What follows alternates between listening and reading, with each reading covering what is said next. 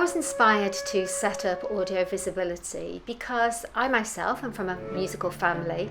I had access to music, and so I was able to study music, to play music, to graduate in music.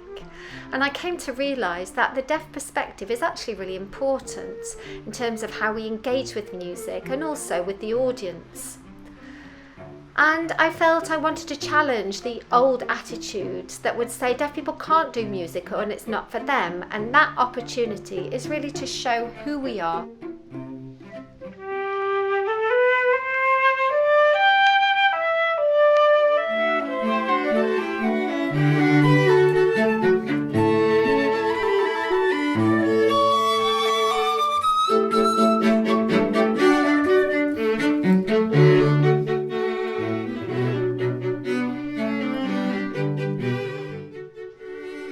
I absolutely love being a flautist.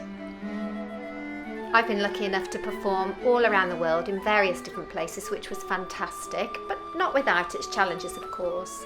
For example, at music college for an audition, I didn't have an interpreter and I had to lip read the panel, which was very difficult. And also I'd play with an ensemble in a rehearsal room, and then suddenly the performance in the concert hall would be completely different acoustically, and I'd have to manage that.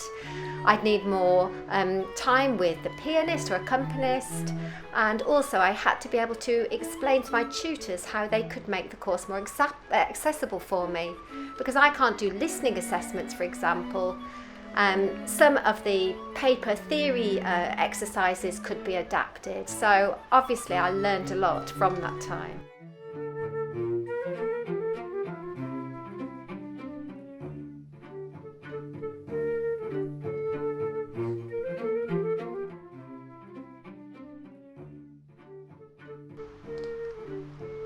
I would say Audiovisability has had a significant impact on the deaf communities, more collaboration with the deaf and hearing world. There are more mainstream opportunities, employment opportunities, and the possibility to show how creative the deaf community can be.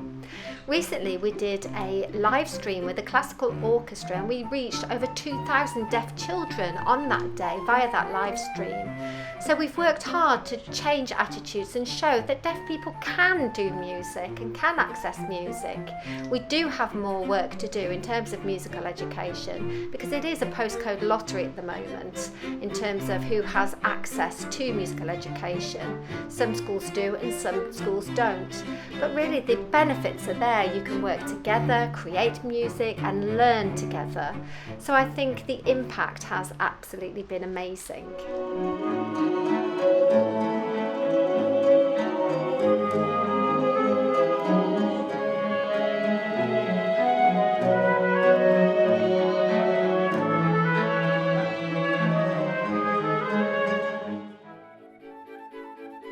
I think that musical organisations do have more work to do in terms of inclusivity. So for example, it's one thing to have an interpreter standing on a stage, and that's one sort of access, but we need to think about other ways that people can understand music through the visual medium.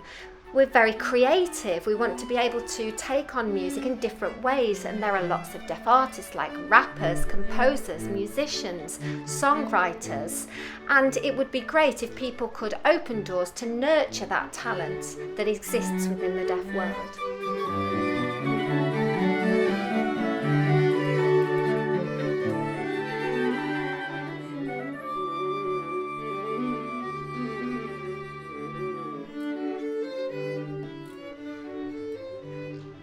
So as a musician, I would say, look, deaf people can do music, they can create, they can enjoy music on every level.